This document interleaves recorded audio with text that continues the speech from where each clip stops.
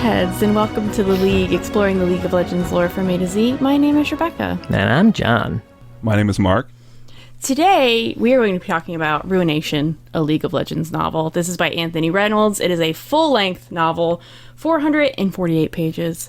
It was published by Orbit Books on September 6th, 2022. Yeah. You have 448? 448. That's what it's saying on Goodreads. I don't know what... Let's see. I only got 410. Ooh, we're missing some pages. You know what it What is? is this? Me too. There's Maybe a lot it counts all of the extras. Yeah, Like, there's a lot of Maybe. maps in the back in the physical copies. There are little portraits of some of the characters. So I think that's what's giving you the extra 38 pages. Yeah, so I'll say I don't know, as far as this discussion goes and whatnot, I don't want to do like a full ass summary of everything that happens. We could do like a quick I do. summary of it, but just hands on the book. The book's beautiful. John's holding it up Here's for the camera. the naked. I like the naked more, frankly. The naked is better, yeah. And then and that's the inside, yeah. And then the inside, the jacket. The inside of the jacket is also beautiful. It has full artwork. This is great audio content. We'll put this up on Twitter if you guys want to see. YouTube's. Yeah, Twitter. Really great full artwork. And then in the back, there's like portraits of a lot of the characters. Mostly they're league champions. So if you play the game, you know what they look like anyway. But two of the characters are.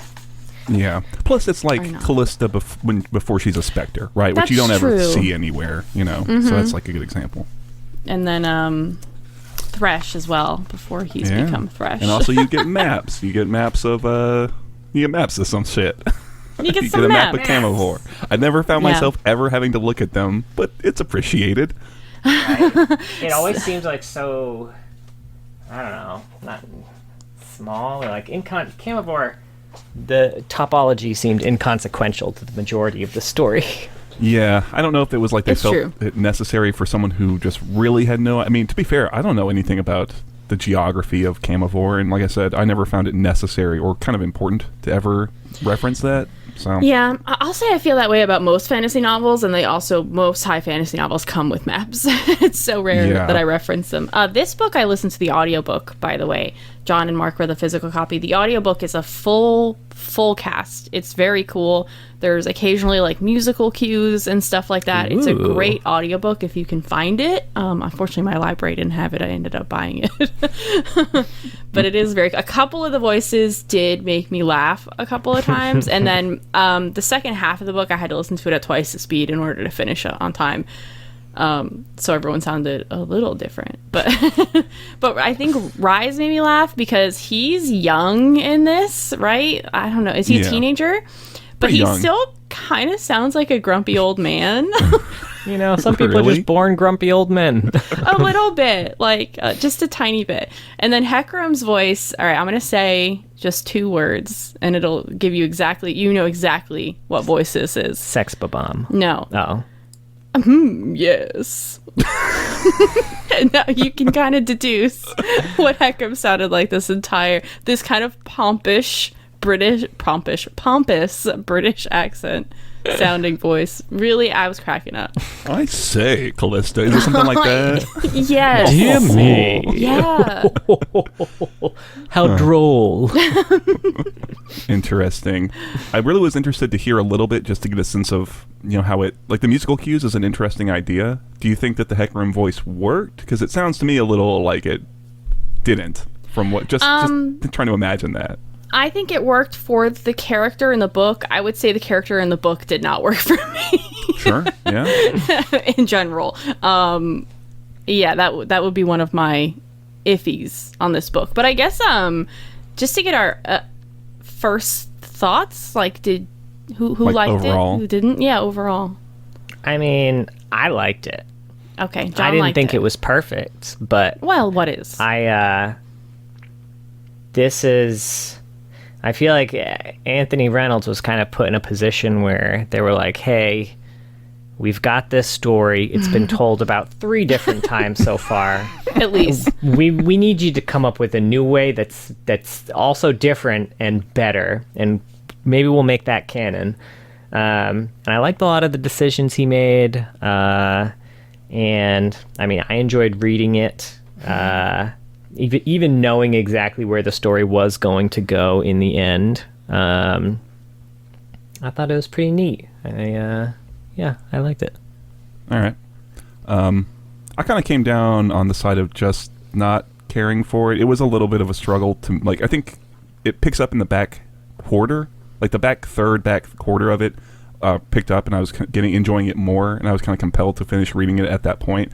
But getting into it at the start was really difficult for me, and I don't know if I would have finished this, I'll be honest with you, if it were not, within the context of we're going to read it and talk about it, There are parts that I liked, and there are characters that I enjoyed spending more time with, and then there are just some things that didn't work for me, I guess. It's kind of my high level of it. Yeah, I feel like I'm kind of there. The second half definitely worked better for me. Once Callista made it back to Camivore after she had gone to the Blessed Isles, I think that's when the novel really started to pick up for me, and I really enjoyed most of what happened after that. But it was very slow to start. It's tough because I think if it weren't for this podcast, I would not have even picked up this book. This is not the story I would have chosen to read a full-length novel on in the League universe. Like, not even just we rip on Rise of the Sentinels and Viego. This just, when it comes to high fantasy these days, I'm kind of picky. I don't really like things about kings and thrones and princesses. They just don't appeal to me anymore. I also don't really like prequels, so everything was kind of working against me in this novel. I don't think it was bad at all. It was just not my kind of story, and it was so slow to open for me, for sure. Yeah. So, okay. As a super, super quick overview, just in case you know nothing about this story. I mean, we're going to be doing full spoilers, obviously, although I think you all know how it ends. You all know how it ends. So this story is basically, it picks up shortly before the incident where... The incident. Where Isolde is poisoned, and it carries along all the way up until the Blessed Isles are officially ruined. Ruined. Officially the Shadow Isles, as named by Rise. It's like one of the last lines in the entire fucking thing. Was so funny to me. Right? I would Anytime love something like that happens, it's just such a We Are the Walking Dead moment. It really is. It was. I don't feel it was necessary as much as I did like the second half of the novel.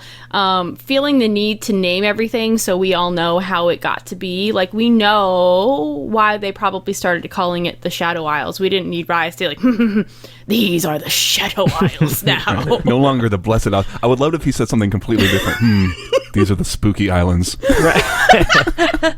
And then just in the epilogue, they were like, Rise tried calling them the Spooky Islands, but it's not going to happen. Idiot. Stop trying to make it happen, Rise.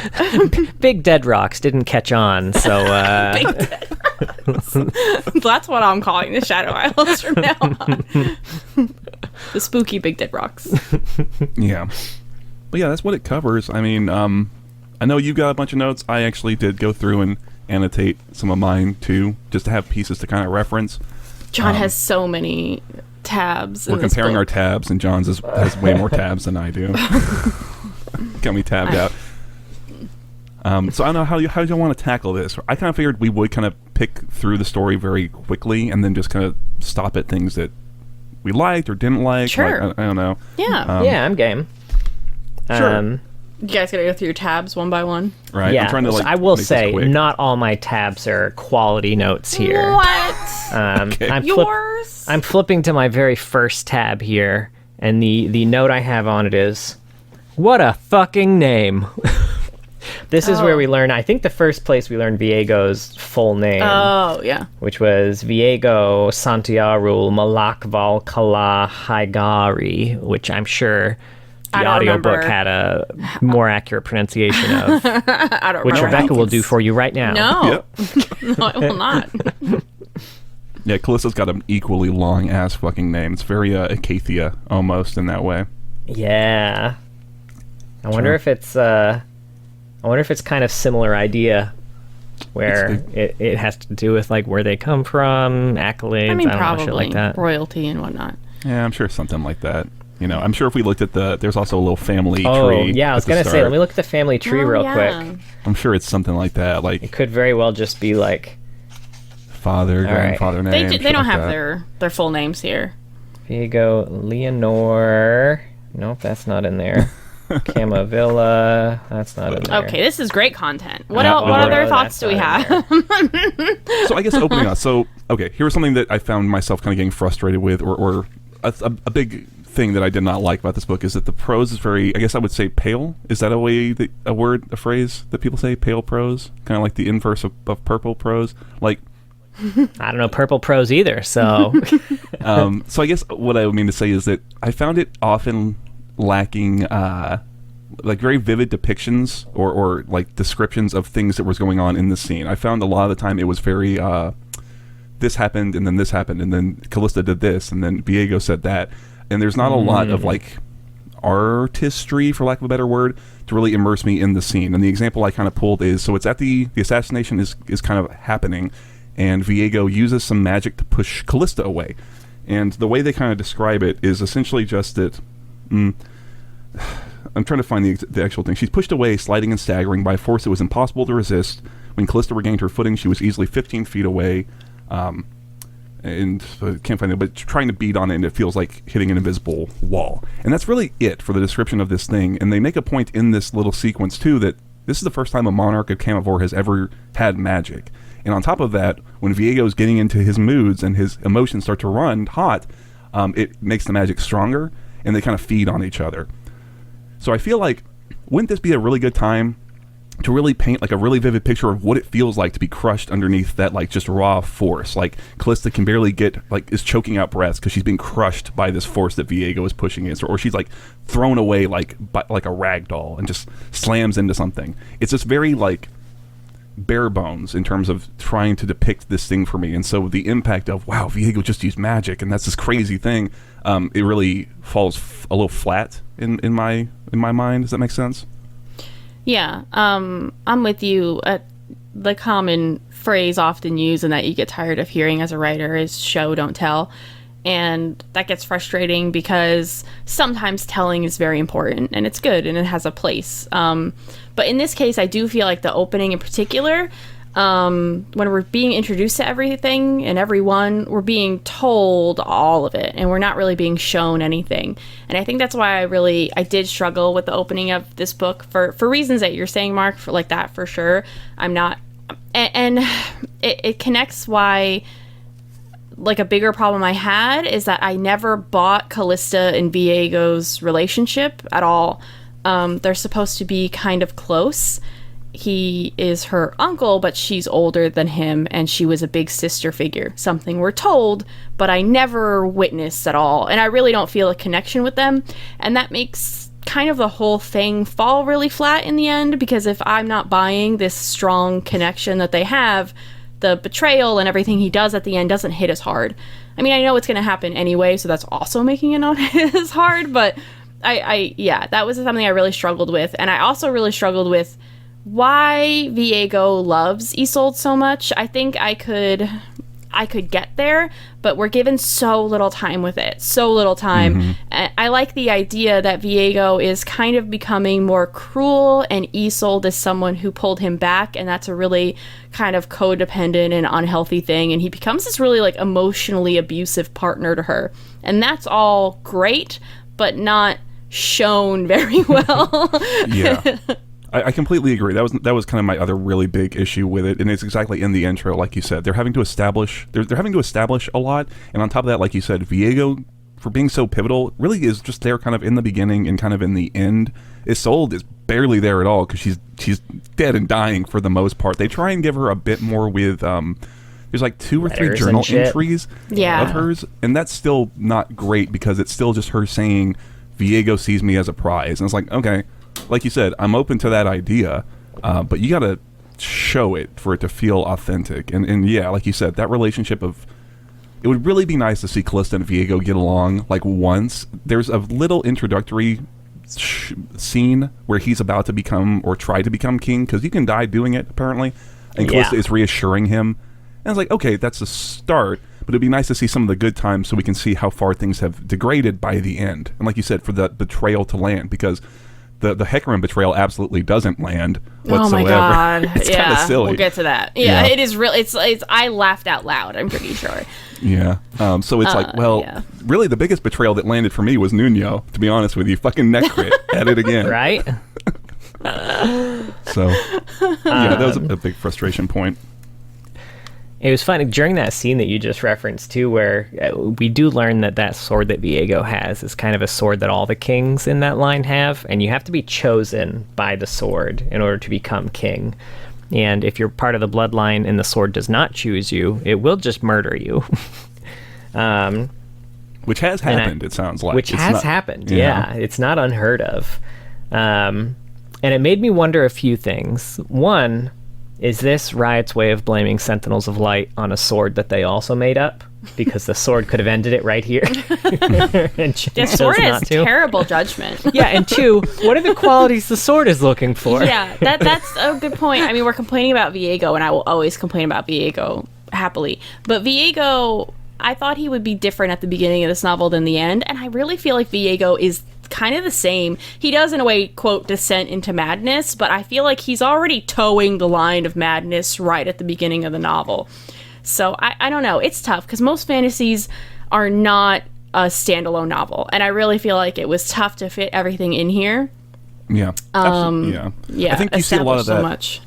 I think you see a lot of that with some of the world building stuff around, like, they kind of make some vague references to, like, there's a priesthood in Camivore that seems to have some sway, and they kind of got some ancestor kind of worship religion thing going on, and the culture of, like, the knightly orders, and, like, they call it, like, a questing culture. Well, they quote-unquote quest out for like, artifacts, but they really just use it to go fight wars. It's like, these are all ideas, and they could all really come into play, but it's a 400-page book that's, like, a really thin 400 pages. It's very big in its font. We were talking about this the other day, so I feel like it's probably, there's not that many words. It's closer to Garen First Shield than a novel. Yeah, I am curious what the word count is on it, because that's how I measure novel length, is by word count more than page count as a writer myself. And it doesn't feel like it's very long. This could have been a much longer book. I mean, I think you could have just made the font a little bit smaller and it would have been the same amount of pages. Yeah, it is very big. Kind of like if you picked up a young adult novel, the font's usually a little bit bigger.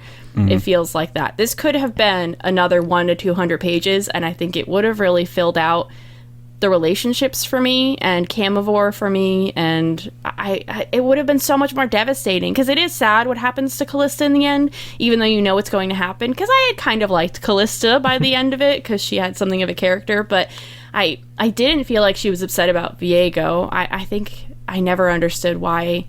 I could have even gotten by just her being really loyal to the crown, and she doesn't have a relationship with Viego. That would have worked even for me, but yeah, they try and establish a lot of this idea that the previous king on his deathbed had really kind of laid it on her, like, you have to keep Viego in line, and you have to make sure that Camivore is protected above all else. And it's something they kind of go back to sometimes. Yeah. So that's supposed to be part of it, is that she's really weighted down by, like, her duties and senses of, like, almost a sense of guilt, and like she owes Viego to try and save him, and, like, there's some level of failure on her part. That, you know, like, the thing is, like, it kind of works in some instances, but it just needs a little more time, and, like you said, kind of really developing. You know, the thing too is that so much of this book is, there's a lot of, like, it's not action. There's like the first 2/3, there's not a lot of action going on. So it's like, if you got all this interpersonal stuff and character stuff going on, like, it really needs to fire, you know? It's a weird amount of, like, exposition and not even world building, but like, to your point about, like, the whole, like, religious sect that seems to have a lot of power here, and, like, the knightly order, so it's a lot of, like, setting up that type. But at the end of the day, like, the religious sect you mentioned, it reminds me, I mean, not necessarily in what they're doing, but in terms of, like, maybe the type of power they hold, like, it reminds me a lot of the mage seekers of Demacia, and we don't actually have, like, it's not like there's a book about the mage seekers. Like, we learn about the mage seekers passively through, like, other champion stories and things like that, but I feel like I know way more about the Mage Seekers and their impact on Demacia and like their machinations and their leadership and all sorts of crazy details like that I've picked up passively through other stories than I know about this kind of sect that's pulling a lot of strings within Camivore, and I just read a whole book about it. Yeah, I mean, but that's the thing, right? I didn't even remember this religious group you're talking about. They really kind of fall out of the book after the kind of intro, you know, because it gets a lot of mention at the start, and then, I mean, Callista's gone from Camivore for at least the good middle chunk of the book, and she comes back and doesn't really interact, and then they immediately leave anyway, so it's like, I think you had a really good point, Rebecca, when you said this feels like it could have gotten 200 more pages, or if it was not a standalone thing, it feels like it's not a standalone novel, like, and I guess arguably it kind of isn't because there's a bunch of other stories and lore. Yeah, but yeah, I think you can make it work as a standalone novel. Standalone like high fantasy is getting more popular, but the books are very long, and I think they might have just been worried to publish a really long novel. In this case, I was looking at a lot of reviews and ratings from people on Goodreads because I was kind of curious how this was going over with people. And in particular, I was trying to look at people who know nothing about League of Legends and have read this book. And a lot of them kind of said the same thing, that like, this stands on its own. You don't need to know anything about League. It's totally fine. I followed it completely. But it really pales in comparison to just other high fantasy that's coming out right now. It's just like, I think character-driven stuff is so big. And this really is very character-driven. It's a plot-driven story too.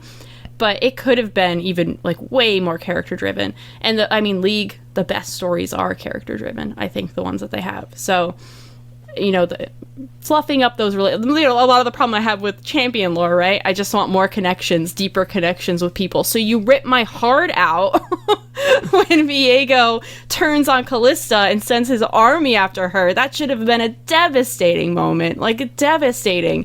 But I was like, oh well, you know. What are you gonna do? You know, yeah. Oh God, hit my mic. I am curious. I would be curious to like somehow expunge all League information from my brain and read it, because it is really hard to judge things like that. Things like Hecarim. Well, maybe not Hecarim. It could potentially be difficult to judge those without like, oh, I just know what's going to happen. I know where this is going. How do I divorce that from my experience of it almost? But yeah, you know. All right, John, you've been looking through your notes. You got some more?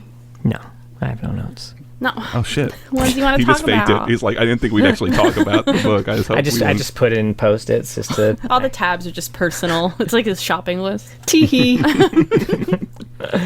I was gonna say that I like the view we get of Isolde here, because I feel like we didn't necessarily get a lot of Isolde through any of the other stories.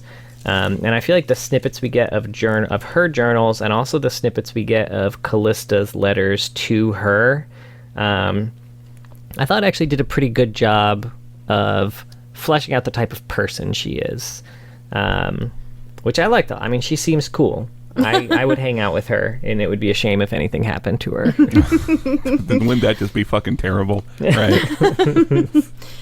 Yeah, I like Isolde. I like how they worked Gwen in here. She has like this doll. Her doll Gwen, and it made me wish that Gwen was different as a champion.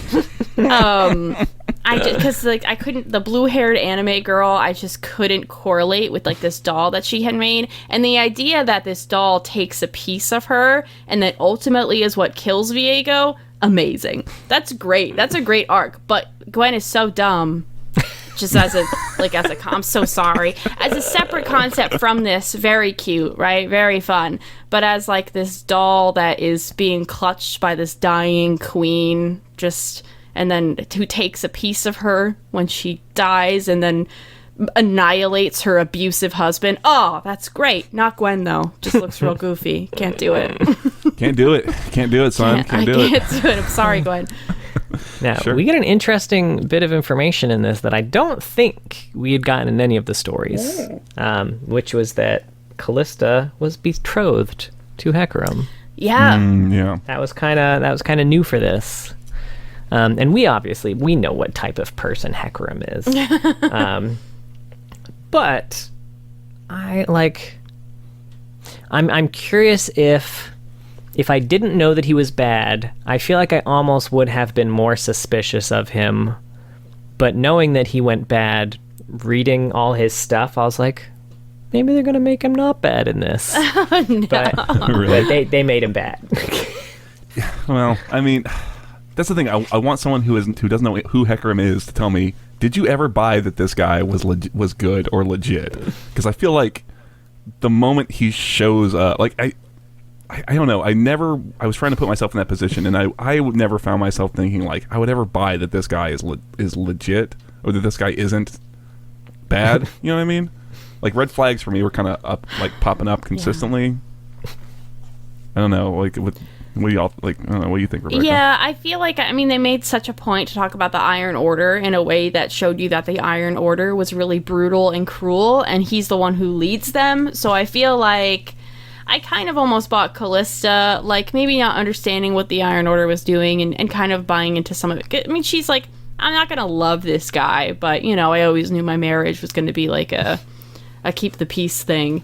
So that's true. Yeah, I don't know, but I definitely wanted Hecarim to be more evil in a subtle way. Is kind of how I was feeling about him this entire book. Hecarim did not work for me as a character. I don't know why. I think I'd have to read it again to really pinpoint like what was off. It could have been the evil accent. That is a hard one. We didn't get the evil accent. See, maybe that colored your perspective. He was so evil. I need a parenthetical when he speaks the first time where they're like, imagine an evil accent here. And they'd be like, oh, okay. I wish I would have marked a part of the audiobook and I could just play it for you, but I don't want to go through all 9 hours of it to try to find Hecarim speaking. Sure. Yeah, I agree. I feel like there was a lot of pains taken. Like there's at some point Callista gets thrown in prison and Hecarim shows up, and at that point they've already been kind of butting heads a lot. And I think it's hard to find any reason why she would ever trust him. They do try and make a lot of pains to be like he's explaining why he did what he did, because at this point he's gone out and pillaged and attacked and stuff while Viego's kind of absentee kinging, and he does try and really explain like, look, I did this because he told me to, and if I didn't, this was going to happen. He spent all our money. I've got us a little bit of money. Like, really trying to say, like, look, there's a reason why I've done all these things that at the outset seem bad, right? And I think, again, if there was like an extra 5 to 10 pages in some of these interactions where he could really convince at least Callista in universe, I would be a little more on board. But the guy shows up and he's just riding just an evil fucking horse, and it's really hard at that point to be like, well, he seems cool.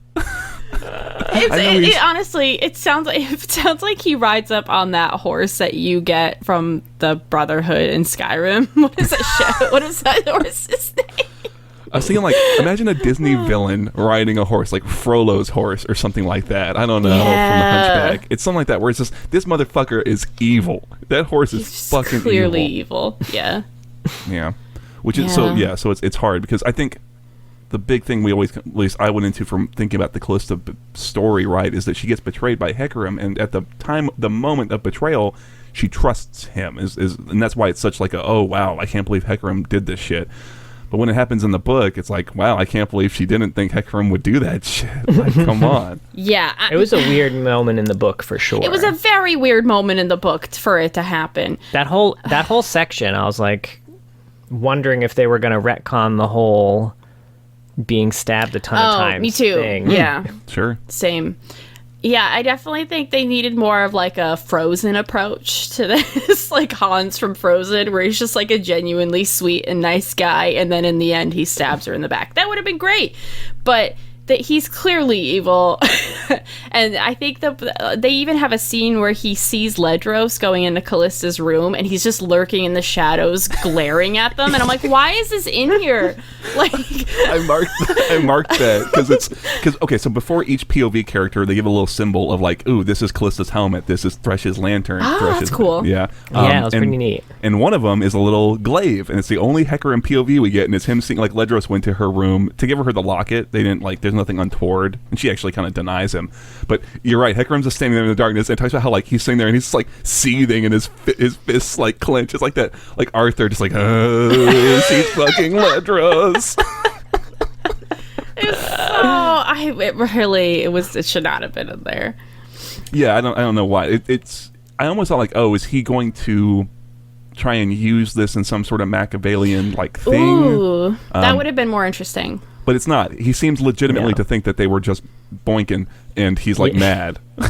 Yeah. It would have been more interesting if he literally felt indifferent to it. And then, or gleeful in a way that he could use this as leverage at some point. Yes. Here's a way I can more true. help convince Viego, like turn Viego against you more, is because now here's this, that would be more on brand with Hecarim, because he's kind of a slime ball. Be more Littlefinger. Yes. Sure. Yeah, for sure. Random note, but I would like Legends of Runeterra cards for all of the rest of the host. I think that would be cool. The leaders of it, who was it, Lord Ordono and Lady Aurora. Are they the host leader or the other? Are they the other knightly order leaders? They were the other knightly orders. Right. Okay. The knightly orders, again, that's a really cool concept, and it's I wish there was a little more time to get into some of that, because it's a neat idea. I like the idea of taking a really standard kind of fantasy, it's almost like Camivore Camelot, right? Like very classic Arthurian concept or trope of we go out questing to go get the Holy Grail, but really it just means we're just going to go fuck up some place and take all their shit. That's a fun way to kind of turn it on its head. The host, it's okay because the religious order said that we could. Yeah, it's for God or something. Sure, yeah, you can play into some Crusades imagery and stuff. There's a lot you can do with it, right? It's a fun enough idea. But they don't really. Again, they also kind of just fall out of the book. They're there in the start, and then they're just kind of. I forgot about them too. Presumably, they gave the blessing for sacking the Blessed Isles. They seem to be pretty okay with almost anything. Any sort of sacking related activities, they were pretty cool. Like sacking a city, like putting your ball sack. Teabagging. We're gonna go teabag the Blessed Isles. If you take over an area and you steal all their shit, it's called sacking. Oh, I never heard that. Yeah. Fun factin'. Okay. I definitely was thinking ball sacking, and then I was thinking hacky sacking, and I was like, neither of these make sense. In Terrible a way, combination. Taking over someone's country and then stealing all their shit is kind of like teabagging them. So I was going to say it's kind of like hacky sack. It's a really aggressive version of it. During one of these crusades, by the way, we get some fun item lore with the Mikhail's chalice. Yeah. Oh, yeah. Which is much more powerful in this than in game. Has a lot more restorative powers. Sure. Yeah. I do like that. I mean, they had to take it out of the game, didn't they? Yeah, that's true. Oh, no, Mikhail's, it's still there, right? Crucible, I think, is in game. Yeah, right? Crucible. That's right. Yeah. All right, so where are we at? All right, we have John's on page. I'm on page 37. Okay, well, I'm on 106. It's fine. We're kind of bouncing around. It's not a big deal. Okay. There's a bit of foreshadowing here. Let me know if you guys catch it. Ooh, okay. I'm going to read you a quote. Oh, I know exactly what you're talking about. I can tell you already. And yet, as she looked around her, the knights and nobles hardly looked like people at all. The unnatural glare from above leached their faces of color, making everyone appear as vile specters and ghouls. Oh. Okay. Yeah. I wonder what will happen to at the end of this book. So we talked about how this is kind of another version of stories we've already heard before. Yeah. But we do get a new telling, a brand new telling of how Isolde got poisoned. Yeah. And finally, it's one that makes sense to me because we had talked about the other three, and they all didn't make sense for various reasons. One of them, it looked like Viego was dodging out of the way of a dagger to let Isolde get hit, and then one of them, it looked like Isolde was going out of her way to block the dagger for Viego, and none of this made a whole lot of sense to me. But this one, where it was aimed at Viego, and then Callista managed to get it there just in time to deflect the dagger, but not quite enough. Deflected it, but then it went into Isolde instead, or didn't go into her, but it grazed her, and it was poisoned, so it was enough. That I'm okay with that. Yeah. I like this is my canon version of how this went down. Yeah, I mean, it's just it adds more angst to the situation, which I really like. And I liked the scene in general. It is a good scene. It was the first scene that I really stuck to, except Urlach Grail shit, which we haven't talked about him yet. Oh yeah. But yeah, Callista's really the main character in this book. There are some chapters that are from other people's point of views, but it's mostly about Callista. So having Callista be the one responsible, in a way, indirectly, for Isolde getting poisoned and dying, like, that's fucking brutal. She was just trying to save Viego, who sucks. I do wish that they harped on that more. Something I was going to mention. No, I agree completely. Mm-hmm. Yeah, because the incident happens. They find again. This is also a change of the story we've heard around how they actually find the Blessed Isles. Where I guess it says Viego sees it in a dream or a vision, but he does a bunch of research and kind of finds a spot on the map where there's just a big blank spot that everyone goes around, which seems like something that everyone would know about. Hey, there's a spot in the middle of the ocean that's full of mist. Yeah, right. Like a giant wall of mist that we get confused in. Anyway, but they're on the well, ocean. Our compasses stop working. And it's super weird, right? That's weird. I don't know. We shouldn't mark that on a map or anything. No, don't put it on the map. Let's just avoid it. Just avoid it. But so Callista goes out to go search for it, and she's on the ship for like 2 weeks, and it talks about how she's there, and you would think that the whole time she would be really like racked with like stress, like, I'm leaving Viego alone. He was already kind of fraying at the seams. I don't know if Isolde's gonna live another day. Who the fuck knows? But instead, she's like, at first she's just kind of like, ooh, porpoises, and then she just gets kind of bored. I feel like you should be like not sleeping very well. And it talks about how she makes one of the lower decks like a training area or something. No, she's above deck. Anyway, training area. And I would think that that would make sense that like you're just trying to take your mind off of this, and so you're just training to exhaustion so you can sleep. But instead, it's just sort of like, well, the ocean's fucking boring, so I'm gonna do this, I guess. Whatever. Yeah, that's true. Yeah, I don't know. It stuck out to me a little. Where it's like, it seems like something. I think a little later on, something like the captain of Venix, right? Yeah. The otter, the stallion, kind of mentions like, oh, you don't know if Isolde's still alive, and it's like, oh yeah, that's a fear that Callista also had. And it's like, okay, that seems like that would be the main thing on her mind. I don't know. Callista had also considered this once or twice over the past few weeks. But it was stressful. It's like when you imagine you get like a text when you're like out or doing something from like, it's like, we need to talk. We need to talk. Yeah.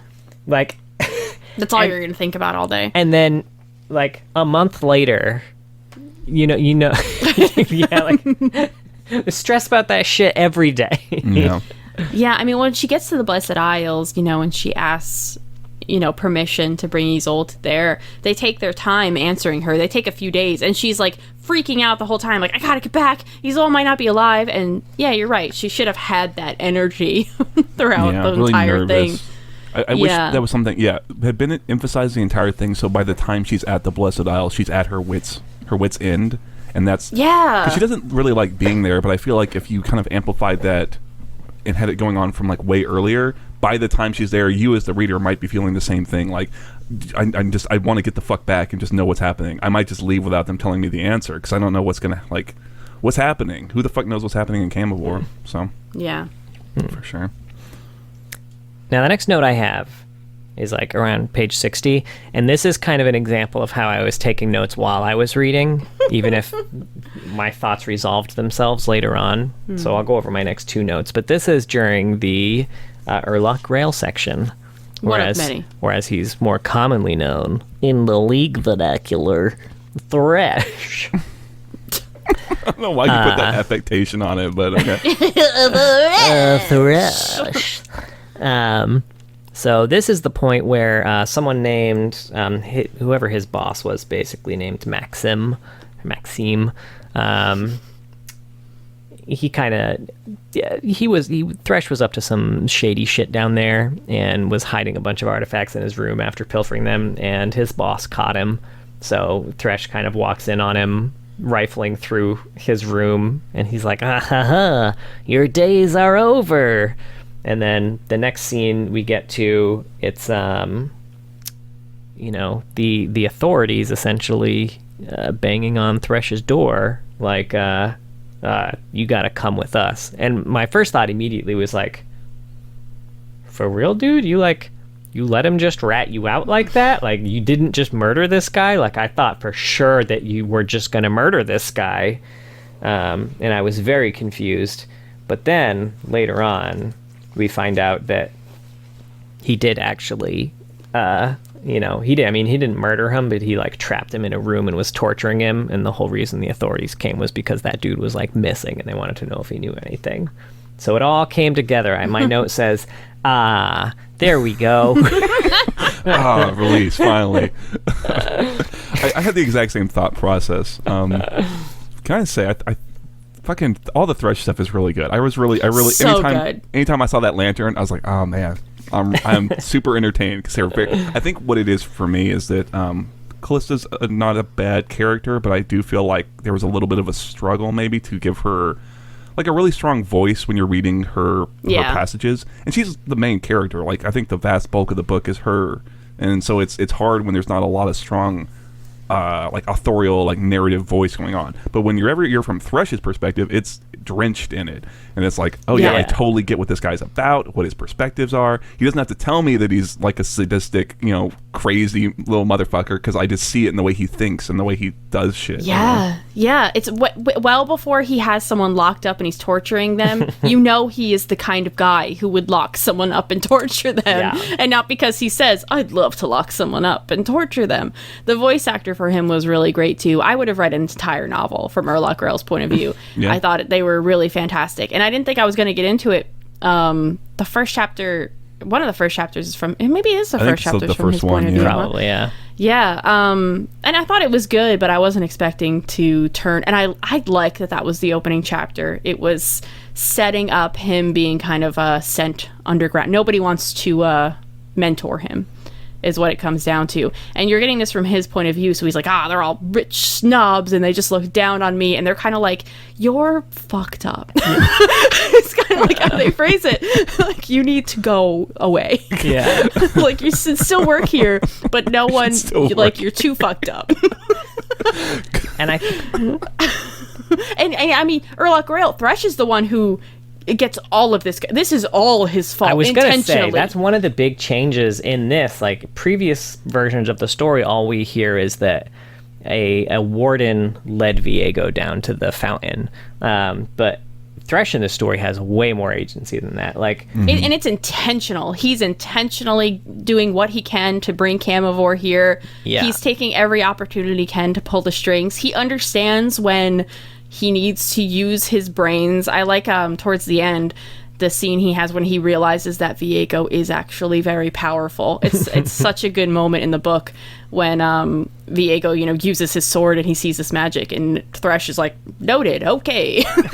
Don't push those buttons. I'm not gonna be able to fight him. All right. I'll use that. And he does use this to his advantage. And even in, as much as we bitch about Rise of the Sentinels, Thresh being the one who comes out on top, that just gives it so much more weight, this book. He's great in this, for sure. Totally agree. Yeah, absolutely fun to read. Frankly, it was a lot of fun seeing him because Rise shows up. I know we're kind of bouncing around. Oh, yeah. I was really surprised, not only that Rise shows up, but he's kind of a big player. He's a POV character. And for some time, the two of them kind of get into like a weird, I don't like you and you don't like me, but we kind of both can help each other type situation. And it was a lot of fun. Like, just the tension of them two walking around in these dark caverns underneath the city, and Rise is not like really on board with it, but his ambition can't help himself almost a little bit. I really liked those. Those sequences were a lot of fun to read, frankly. Yeah, those were great, because Rise has a lot of the same bitterness that Urlach Rail has, where he's feeling underestimated and kind of left out in a lot of ways. But in his case, it's not because he's too fucked up. It's just it's the relationship with his mentor, which they kind of mend by the end of the book. And when Rise realizes, oh, I don't want to be this guy. Holy shit, no. And it adds another element to Rise's mentoring brand, or... Well, I was going to say his fear of the world runes. Oh. Because we kind of get the, we always kind of get his mentor's hometown or something was kind of blown up by the world rune, and they hold too much power in the rune wars and all that. But kind of the first instance, I guess, of his life interacting with one of these world runes, even though he probably didn't even know that he was interacting with it, was the rune at the bottom of the holy water, the waters of life water.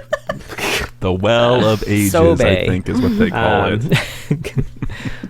But yeah, seeing what it can do, puts a fear of God in you. Not only that, but the fact that he's kind of also responsible for it happening, right? So it's a very immense kind of personal guilt. I like it. Makes sense why he looks so tired in his cinematics all the time. It's a lot of souls you're carrying with you, especially for how old you are. I was going to say, is the reason he's really old because he drank from the waters of life and it's probably extended his vitality or some shit? Well, probably. That would make sense more than, like, he's a magic man. So I guess that could also make sense. But it is more interesting, the idea that he drank water from the Blessed Isles, before they were ruined. I really want to see, because he does interact with Callista a little bit. And in the end, Callista makes this massive sacrifice. And I really want to know... Does Rise know what Callista is now? Is he aware that she's this, like, vengeful spirit that you could summon? How does he feel about that? I'd love a lot of Rise interactions with the characters in the story now. I agree. I'd love that they could add those in. Yeah, for sure. I completely agree. It'd just be very interesting, because it's this whole deep connection, really, that we never really knew about, and I think really only existed in the context of this story, right? But it's a very interesting one. It's also interesting because they don't really leave on, like, the best of terms. Like, she doesn't really like him because he's kind of like an Anakin Skywalker type, almost. Yeah. And he's just annoying. And then by the end of it, he knows that, like, she did the big sacrifice, and I'd never got a chance to thank her or even, like, really talk to her about it or anything like that. So, again, just kind of putting more and more stones of guilt on his back, almost, Mm-hmm. It's interesting, too, because in his line of work, where he's just going around collecting stones, some of which probably guarded or owned by other people, there's a very real chance that someone will be calling Callista on him at some point. That would be fascinating. So good. Oh my god, yeah. I would love that. Oh my god, yes. That's a great fucking story idea, frankly. That is a really great story idea.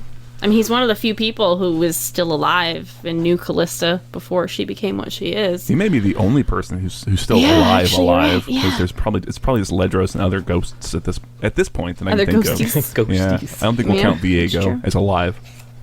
But yeah. I put this note in upside down. Oh no! Oh shit! Let's see. Oh, so there's a passage from one of these chapters that says, "Flit dragons fed on nectar with long tongues, wings humming." And from this description, we can kind of gather that flit dragons are essentially like hummingbirds here. So this is just a quick note for Cassante lore. If you're going to give something normal a new name, describe it so we have context on what the hell you're trying to say. Thank you. I guess that's fair. That is it's a fair point. Let's see what we got here. I like this, you rediscovering your notes. I know, like, especially these early ones. This is gonna be a Mythic Quest deep cut for fans of the shows. But this is referring to Viego, when he did decide to have that map made of all the ocean. Yeah.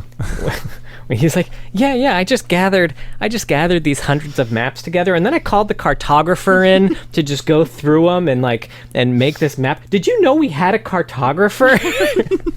It had such big calling the art team in on the weekend vibes from Mythic Quest. Yeah, running joke in Mythic Quest is they have the art department whip things up, quote unquote. Obviously, nothing's whipped up. It takes hours of labor. You're like, oh yeah, our team whipped it up real quick for us. It made me think of that bit where they're trying to get Ledros to be his new bodyguard, and they're trying to figure out, well, only a noble can do it. And Nuno, his advisor, is like, well, you can just make him a noble. And he was like, I can do that? It's like, aren't there laws? It's like, yeah, you're king. You can just do it. I'll whip up the paperwork. We'll be good to go. Sign here, so in initial the there. audiobook, His name is pronounced Nunyo. Oh, really? Which all I could think was Nunyo. Nunyo business. Every time they fucking said it. Okay. Nunyo. Talking about Nunyo, what do y'all think about Nunyo being like an actual like bad guy at the end of it all? I mean, I I like it because the big thing is that Nunyo did what Callista almost couldn't, I guess. Callista was promised to, or her job was to protect the crown, or like protect Camivore above all else, and she felt like the best way to do that was to back up Viego and protect Viego, but like Viego's the reason that all of Camivore was going down the drain, and he had drained the coffers and there was no money to pay for anything. And I can see from Nunyo's perspective, as someone who wants Camivore to continue existing, yeah, pillaging this place that's just full of gold and has no defense, like, I can see how that would make a lot of sense, especially, you know, if you knew that your king was going to be leading the charge and there was every chance that he was going to die doing it and Hecarim would take over. From Nunyo's perspective, that makes total sense to me. Like, that's how you fix Camivore. That may be the only way to fix Camivore. It's an interesting idea, and you see hints of it around him. Like, there are moments where Callista, like, there's at least one scene where Callista walks in on him and Hecarim talking about, like, okay, what do we do if this shit doesn't fucking work and Viego's a problem? It's an interesting one. I found it a little He's a more worm for sure. It worked. It worked better maybe than like the Hecarim betrayal, because I didn't necessarily see it coming. But I looked back and I was like, well, he is. There are moments where he'll like do things that seem like it's kind of making things worse. Like he's kind of egging Viego on, and it's like, why is he doing that? It's like, okay, it's because he's kind of trying to drive him to this point. You know that, and he's got this very clear sort of fascination with these magical artifacts that, you know, the Blessed Isles obviously have. So it's like I can see him both, like you described, having this kind of ruthless political sort of perspective on it, but then also like a personal, like, I want to see what they've got in those fucking vaults, and I can personally benefit from doing this. So it was an interesting turn. I didn't really expect it, I'll say. Yeah. He struck me as like a less clever Thresh. Like he still had schemes and machinations, but like didn't have to work nearly as hard for his. I'm gonna be honest, I kept forgetting about him, and then whenever they said Nunyo, I would be like, Nunyo business, and then I never had any idea what they said after that because I was so distracted. Maybe they should have gone with a different pronunciation. I missed a lot of the Nunyo stuff, I'm gonna be honest. I do kind of want to go back and replay those sections of the Ruined King. Yeah, that was because like I know that he was Is Nunyo in it? Nunyo, yeah, Necrit's in it. That's Necrit? Yeah, Nunyo Necrit's is. Oh my god. But in the Ruined King, he helps you out. Did it say his full name a lot? No, I think maybe once or twice. Okay, I must have missed it when I was. I'm always like taking care of like my baby when I'm listening to an audiobook. That's how I read books these days. I'm sorry. The only some of us one just here ignore with our babies, okay? Yeah, some of you all have wives that take care of your babies all day. But yeah, so he's your help. She's like, he's your helper in the Ruined King. He gives you a ton of information, and I'm trying to remember if there's like a section where he talks about regret for his part in the Ruination, so is he still or not. Alive? Probably. I mean, no, he's like everyone on the Shadow Isles, he's just kind of a wraith, but he's like, he still has sentience on like a lot of the Shadow Isle wraiths. And like you said, he is pivotal to that team succeeding eventually. It made me want to go back and see that too, because I feel like he probably doesn't, and it's probably just this was added later, right before that game came out. But I don't know, maybe it was something that I was kind of glossed over or missed and just kind of assumed like, oh, who knows what old Necrit's talking about. I was probably very distracted by like, hey, look, it's Necrit. Hey, look at that. Necrit. He's a ghost. So. It was just surprising that this little side kind of, I want to say joke character. I thought he was going to show up at the start and like just as this kind of like beleaguered, almost Merlin type, like the house magician, and then would never show up again, rather than being like really pivotal to the fucking events of the story. It was weird. That's why they did it. Yeah, you never saw it coming. Yeah, they're like, well, Anthony was like, they're gonna know about Hecarim and all that. It's true. Catch them off guard. Now, shall we shall we go over what in my head I dubbed as the Yasuo Island, which if you've played The Ruined King, you'll probably know the reference. Yeah. But the side quest that they go on before going to the Shadow Isles that probably didn't need to be in the book anyway, but was just Soraka? An opportunity to introduce Soraka. Oh my god, I forgot. Yes, introducing Clan Pharos. For the record, this all takes place not only pre Piltover Zahn, but even pre Bilgewater. Yeah. But they introduce a member of Clan Pharos, pre-Clan Pharos days, and they introduce Soraka. Yeah, well, I guess talking about it, I thought I kind of agree. It probably didn't need to be in the book because, like, it feels like it's kind of wasting time. It's just kind of like spinning its wheels a bit. The context is Callista. Yeah. They've hit a brick wall. They can't get through the mist, and they're trying to figure out what to do. And they know. And Callista kind of deduces, oh, well, there's this port called Buru, and maybe we can find more information there. Some voyage went there.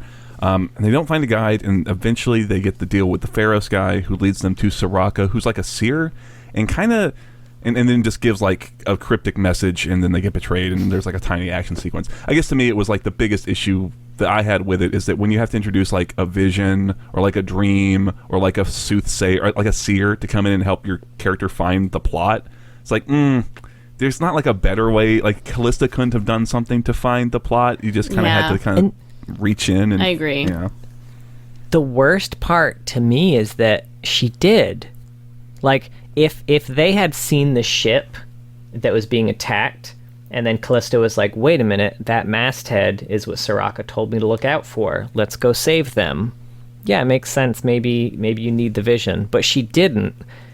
Her captain was like, oh no, we can't interrupt there. They're being attacked. They're probably dead. We're fine. And Callista was like, no, I don't care what happens. We're gonna go save them. And she was gonna save that ship regardless. She didn't even know that it was the ship with the masthead on it. She was already going there. She was already rescuing them, and like was already going to meet the people that were going to set this entire thing into motion. Like the whole vision was just like, you know, her little Vestaya companion was like, oh hey, there's that thing that Soraka said on the ship that we're already on because we rescued it without having seen it first. You're right. Yeah, really, it's super frustrating. And it's extra frustrating because we talked a lot about ways that we needed this to be beefed up a little bit more to connect with the characters. And then we get this Soraka chapter, which I genuinely forgot about until you brought it up because it has no importance at all to the plot. Maybe if Soraka had come back in some way,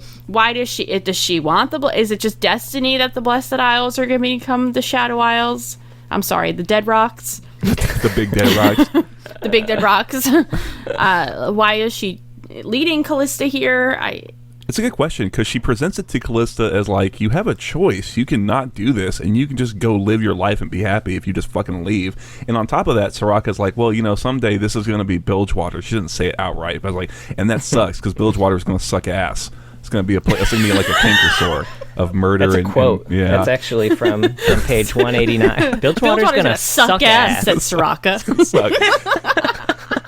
You know, I don't know what Soraka's deal is, to be honest with you.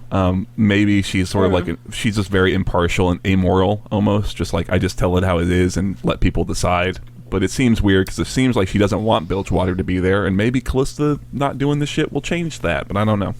You know?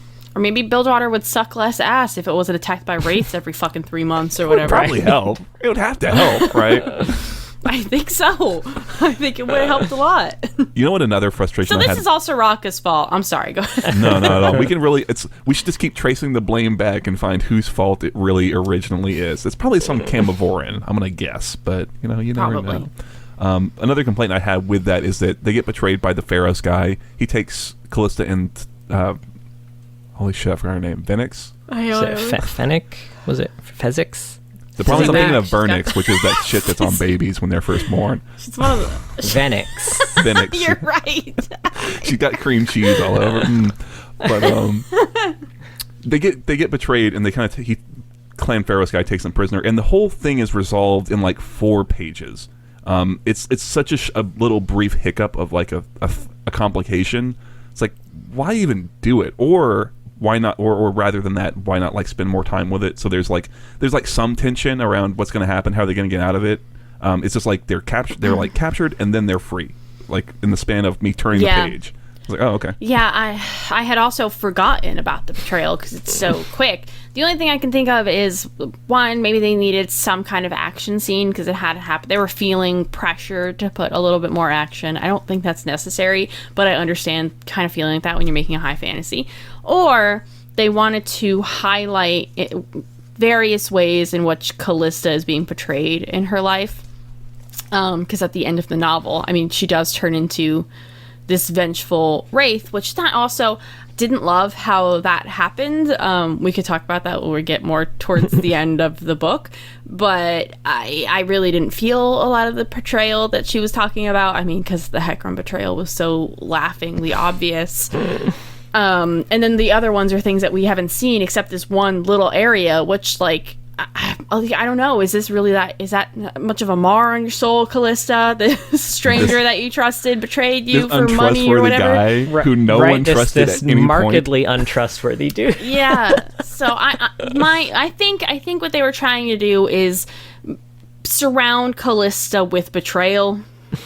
Is my thought, but it was wildly unnecessary. Yeah, I think more time could have been spent on things that we've talked about, Viego's relationship with Isolde and sure.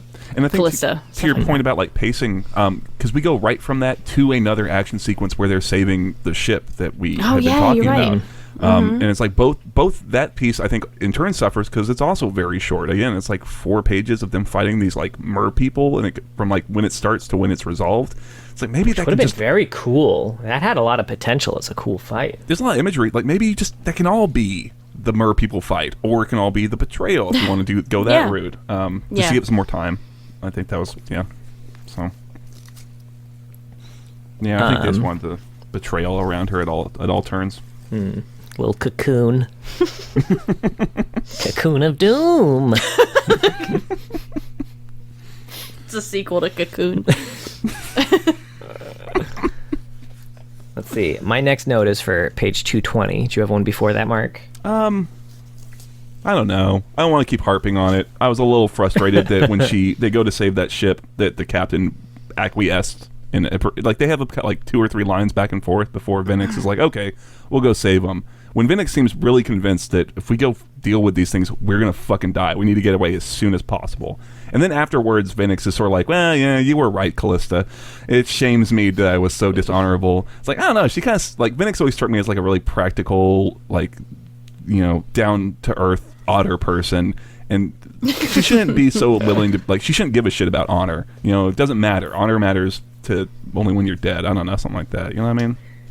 Yeah. Seems, whatever. If your life is at sea, I imagine you make a lot more really tough decisions based on practicality than someone in Callista's situation might as royalty. Yeah, I wish more time would have been spent on her character because especially she's one of the few who survives the ruination, and I liked her. I did like what was here for sure. Yeah, so I definitely wanted more time with her and more time to flesh out the character. It was interesting to have a Vestian, which I wasn't expecting, and yeah, she was a cool little character who ended up being kind of important later. I mean, she's contributing to expanding the Sentinels, which is, I'm important. I guess. So my note, actually, the one that I mentioned on page 220, when they first get to the island, we meet, I forget her name already. She's also in the back. God. Hold on, let me look for her picture here. You're talking about the artificer? Is that who you're talking about? Yeah. Yes. Okay, yeah. Jenda Ka? Oh, I think that close. sounds right. That sounds right. Jenda Kaya, yeah. Jenda Kaya. Nice. I was close. So she mentions being like a sentinel of this area. For some fucking reason, did not even click in my mind that it was like that sentinel. Really? Until she started showing her like Honey. the blacksmith where they were making the sentinel weapons. I was like, oh, sentinel. It wasn't capitalized was the problem. Which, as I'm looking at it, no, it is capitalized. I was going to say, it was capitalized. You know what? That's just like your brain protecting itself. See Sentinels and like there's just a blank spot on the page. You're like, I'm enjoying myself. I don't want to think about the Sentinels. Think about that. Yeah. Also, fun fact about me and this forge on the Shadow Isles, going here in the Ruined King, took me so fucking long to find this forge. Could not find this for the life of me. Fuck, I don't even remember. I assume this is the same forge. I assume there's only one forge. They got the one forge. I don't know. And that's all you need. I don't even remember it, to be honest with you. Let's see. What did y'all think of the artificer whose name I've already forgotten?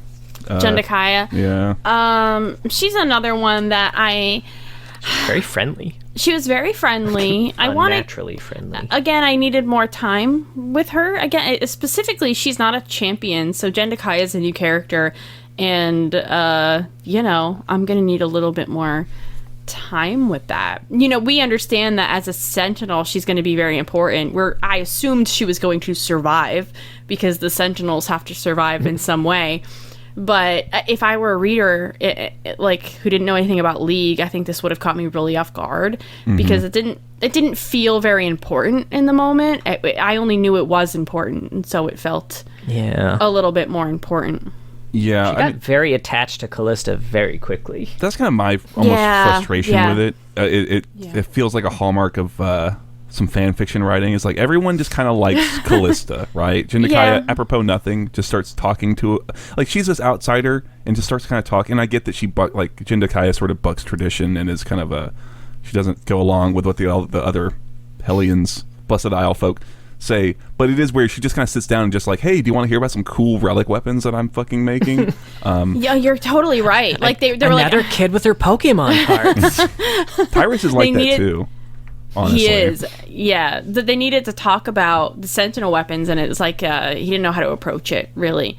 And I think maybe Callista is wandering. She's trying to kill time. Is there a way she could have come across a Sentinel weapon on her own? I imagine these aren't super locked up, are they? I don't remember, because it's not like they're super important yet.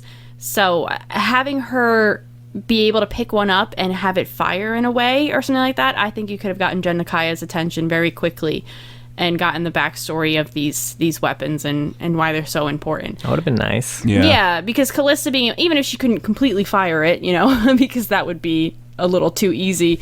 But if she could have made it work in some way, that people would take a really long time. Although they keep saying that it takes forever, but Callista manages to work one very quickly. Is it Rise who manages to work? Venix. No, who is it? Venix picks one up and can work it right away. Lucian in his story also picks up a Sentinel weapon and can work it right away. I think a lot of the technology behind that is probably what makes the Keystone type thing work too, and Necrit just picked that shit up immediately too. Yeah, maybe maybe she's really hyping it up. Oh, this is really hard. Maybe she's just really bad at it, and everyone else is like, oh no, it seems pretty easy. And Senna too, because Senna also was they just weren't very good at these Sentinel weapons. You know what this is making me think of? So at some point, Rise and Grail get into the waters of life or whatever, and Rise steals some for Grail, and Rise starts being kind of like haunted by this like specter that he saw down in there. And there's a bit where Rise kind of runs into Callista and Jendikaya, and they're out at night, and the specter's after him, and it's this tiny little sequence like resolved in a page where they just shoot the specter. And I feel like maybe that could have been a good incident where everyone kind of meets, and in the scuffle the relic weapon gets dropped, Jendikaya gets knocked out or something, and Callista has to like desperately is like trying to get it to work, and does finally.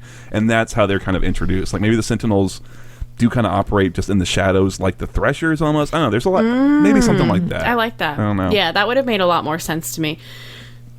Yeah, because, oh god, now that I'm really thinking about it, Jendikaya sitting down and be like, I'm a Sentinel, would you like to see my relic weapens? Like, it was just, it's just so, I wonder if these will be important later in the story. Better, yeah. Yeah. Hi, I'm a plot point, and I have plot points. Would you like to see my plot points? Yeah. That's. I think that nails it. That's what was kind of frustrating me about it. I was just curious, because I had that sense. I want to know what y'all thought. but it's fine. I don't know. So All right. this is unrelated to that. Okay. We're at page 288 now for me. All right. I notes get feel more like sparse. something that this book does that I don't think is done in the Viego stories or the stories surrounding Viego is like I feel like it really hones in on the fact that Viego is not like a just like kind of like a petulant child king who wants his wife back. Like there's like real mental illness here that they're dipping their toe into but not committing to really. But I definitely like it makes me, I don't know, it makes me not hate Viego quite as much because the whole like petulant king child and I will burn everything to get my queen back type thing never felt great. But you know, the idea of like a king's like mind kind of unraveling and kind of anchoring on to the one thing that kind of was centering him, I can buy that more. Yeah. It doesn't make me like Viego personally anymore, but I could buy the motivation more. I kind of agree. I so far, and I'll be curious to see how I feel once we actually get to him. So far, Riot has not really sold me on the portrayal of Viego as someone who didn't actually love Isolde and saw her more as like a possession. I understand that's an idea that they've pushed, and I think it absolutely could work and could be a nice sort of twist on what seems like a very sympathetic villain. But they haven't sold me on it yet. Is the only way I can describe it. He's still. And in fact, go ahead. They seem to be doing the opposite. Like there are several points, even of Isolde's journal, where she's specifically like, "No, it wasn't like this. Like at the beginning, this was great. Like loving is great. And like obviously he has a temper, but like you know, it was a great relationship." And I think they specifically say like the few months leading up to when Isolde did end up getting poisoned was like really when all the trouble started happening. I think it has all the flags for an abusive relationship. Yeah. And that's really what it was. Is Viego was very emotionally abusive towards her, and more often than not, those relationships do start out really, really nice and happy, and then he's clinging to her. I think leaning into that more would have been good. It's really hard to read stuff like that, but him trying to maybe separate Isolde from other people who care about her. Mm-hmm. Sure, I think that's another thing that we kind of almost get. She doesn't really have any family. She is close to Callista, which I don't know if that worked for me or not, but there's like a moment where she wants a friend with her and she's not feeling well, and they bring her a doll, and like that's very sad. Like that's like her closest friend is a little doll that she made because she's just so separated from everyone she's ever known in her life. So yeah, I think I buy that a lot more with Viego than just seeing Isolde as just a possession. I think he does love her. But he's abusive and he loves in his way. But he's very abusive and codependent and toxic. And yeah. Spoiler alert for the video game, The Ruined King. But I mean, that's kind of how you beat Viego at the end of the game. Is you're given intel that like this fairy tale romance that he's been selling throughout the whole game is an illusion that he's created, and you have memories of him as he's like seeing Isolde and like the impact that his actions are having on Isolde, and he's like yelling at her and all this shit, and like you're presenting him with these memories and like, hey, your whole shit's a lie. You know that, right? I think you kind of said it best, Rebecca. Like, it's all there. The groundwork is all there, right? What I want is like a couple more scenes of them together, kind of showing how the way that things have progressed and the layers get pulled back on him. And I want like 3 more journal entries of Isolde. It's kind of seeing her going from the start of it to the end and realizing this is not okay. I can't do this. You know, like that would be really is what I need to get it to work for me, I'll say. And plus, another interesting kind of thing is that, like, I don't know if this was established anywhere else, but the fact that that she's from some nation that Camivore invaded and just like completely took over, and this weird power kind of dynamic between the two of them. There's a lot of fertile ground there too that I think they touch on in here, but I'd like to see it get more play in that relationship. So, especially because it's not like, it's not like they took over this area and then she was nobility in that area that they married. Like she was, that would already have a power dynamic, but she was just like a commoner in this area. So that's way more of of that in play. Yeah. Yeah. Frankly, that's why I'm always a little like, it almost makes it harder for me to believe that she's so, because they describe her a lot as like being very politically savvy. Like she works the court real well, and she's really beloved by the people, which could happen, but it's hard to imagine someone who was just like this kind of just low-born seamstress who got pulled into this like world and is very adept at handling it. Now maybe that's like she's discovered she was good at it, and that can work. This is the thing where I was like, we just need more time with Isolde. We need more time with her, not as a fucking corpse. Right? Speaking of Isolde and a corpse, my next note here. So there's this chapter opens and says, Viego went back and gently gathered up his dead wife in his arms. Yeah, like, put a note there, like, come on, she has a name, okay? It's Rich Girl with the Dead Parent. God. Little players throwback there. So we skip back one of my favorite parts of the book, and it's when Callista returns to Camivore. Oh, fuck yeah. After she gets her no from the Blessed Isles, and this slow realization that Isolde is dead.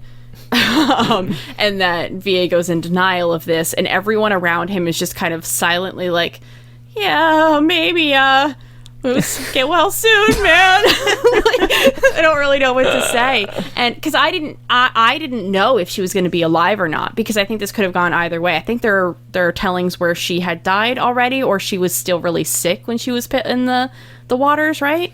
I think she was mostly dead in all of them, but the degree of dead varied. The degree of dead? Okay. In one of them, she had maggots on her, and the other one, she was preserved with magic. She's slightly preserved with magic here. She's got the Macals, right?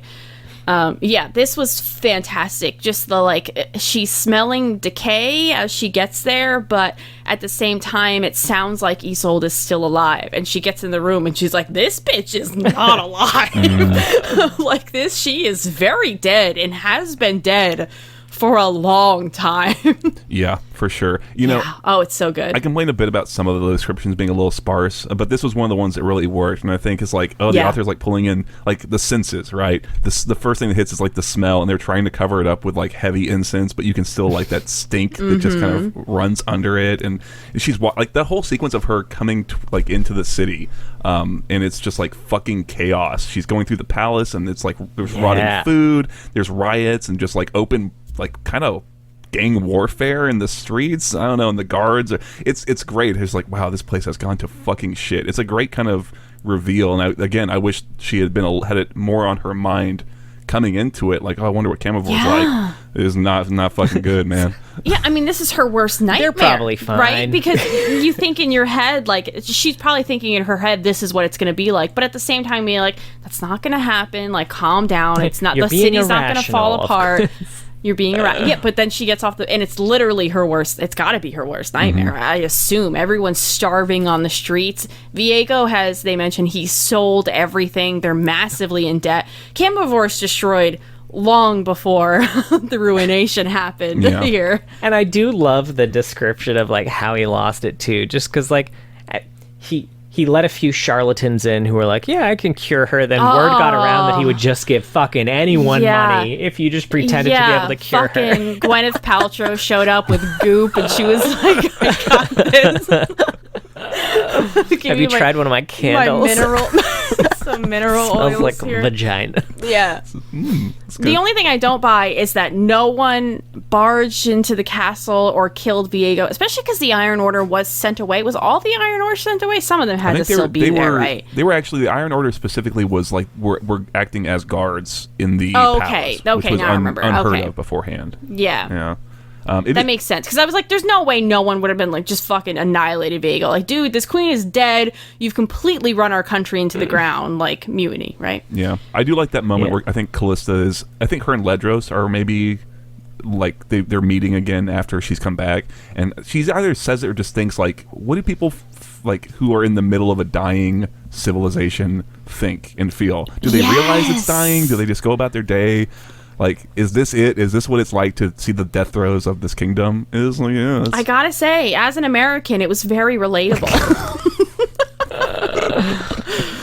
That was a really great moment. And she's just like, she knows that it's over. Camivore is like done. Yeah.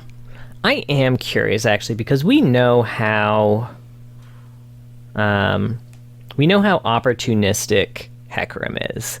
We know he's not above killing people if he thinks he can get away with it. We know that his ultimate aspirations are just kind of climbing the ladder for power. Yeah. He wants as much power as possible within Camivore. I'm very surprised he didn't try to kill Viego, especially while Callista was gone, because Callista was like probably the only way he was not going to get through. Yeah. And I mean, obviously he'd have to get through Ledros, which would be tough, but I imagine if he has the whole Iron Order, I mean, there's already been rumors that the reason he leads the Iron Order, the Iron Order, is because he killed the other leader. Like, other of the Iron Order probably aware this happened, but they're fucking cool with it because they get to loot shit, and that's what they want.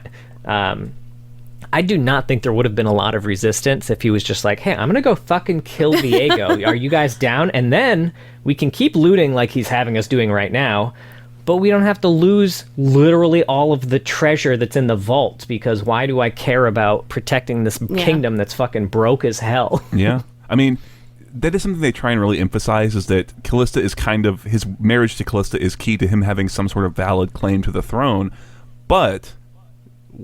who gives a shit, right? Like, who is going to say, hey, my dude, I know I'm a peasant who's starving because that guy closed the granaries and you killed him and opened them again, but can I see that birth certificate, please, right?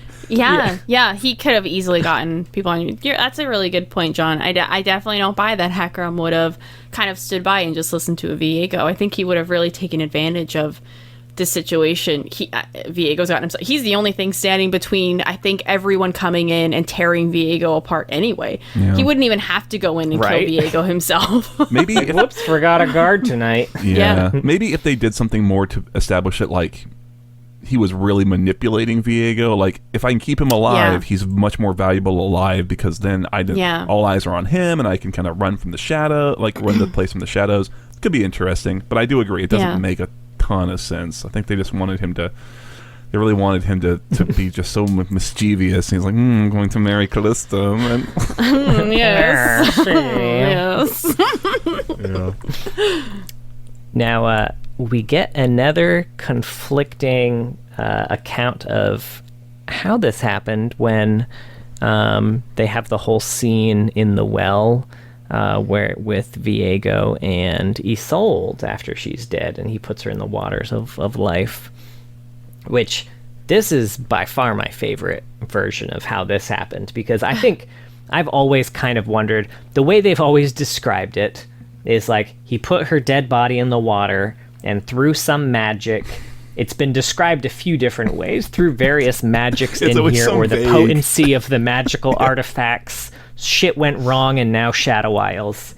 But I really like what they did here. So they established early on that the sword that Viego carries will suck your life force out. And they also established that the waters of life will heal you.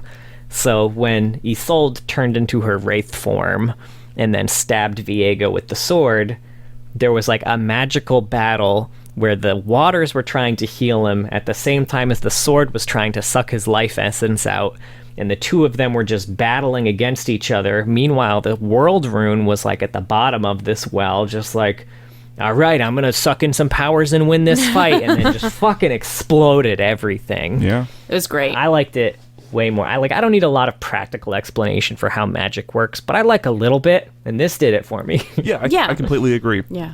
This is a really good example of we complain a lot of times in various lore pieces about the yada yada yada vagaries. This is really all you need, like just a couple of ideas. They're put into the story early, and then they come together in a nice, like, oh, he's stuck in a weird, crazy, magical death loop, and shit's going fucking haywire. Makes sense. Loved it. It's great. And Isolde being the one to cause it is really great, too. I mean, she really kind of causes the ruination. I mean, I really like that idea. I mean, this is Viego's fault. We keep joking around and pointing blame. This is all Viego's fault in the end. Whoever led him here, whatever. He's the one who's fucking up. But if Isolde just didn't stab him, this wouldn't have happened. But at the same time, you're like, I don't blame you, girl. I don't know. You gotta do it. But yeah, her whole she comes back and she's like, I was at peace. I had seen the other side. Why the fuck am I here? Are you kidding me? Right. She thought she had escaped and then she didn't. And that is, that's so devastating. That is a tragedy. And then seeing that, and then the bit we get to see of her at the end of the Sentinels of Light event too, where she gives another very similar speech, was my dude again? I thought we had this conversation already. I'm so sick of being here. Fucking hate off, it here. Diego. I genuinely hope after Rise of the Sentinels, if we can get anything. Is Isolde at peace now? Has she moved on? Is she okay? No, she's stuck in a doll. Or some shit. I don't know. Honestly, that's not bad. You did make it sound like she was fucking the doll, which she's fucking the doll. Hello? I'm stuck again. I need help. Yeah, but anyway. No. Yeah, that was all great.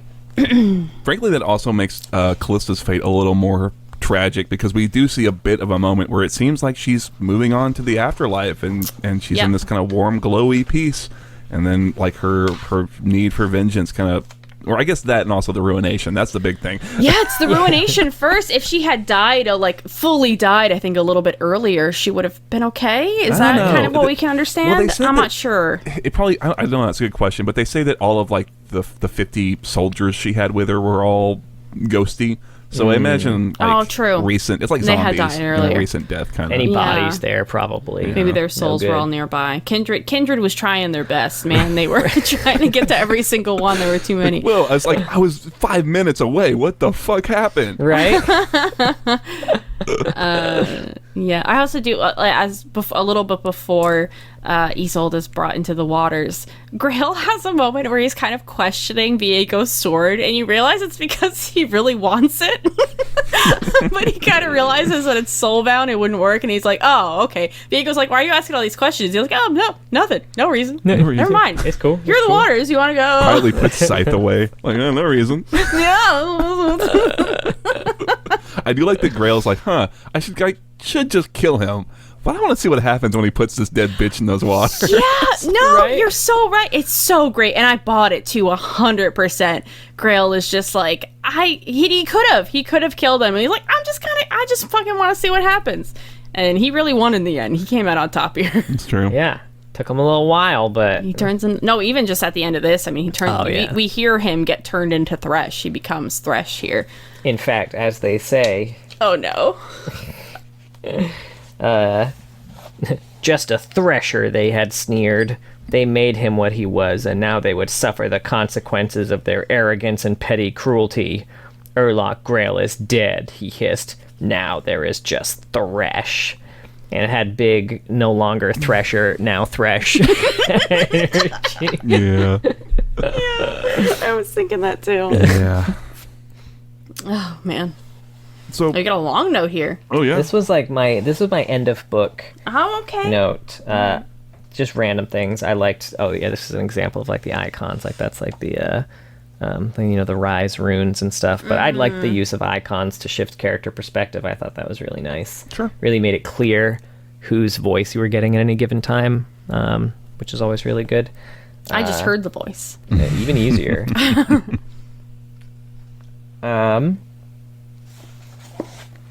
John John writes the tiniest little font ever.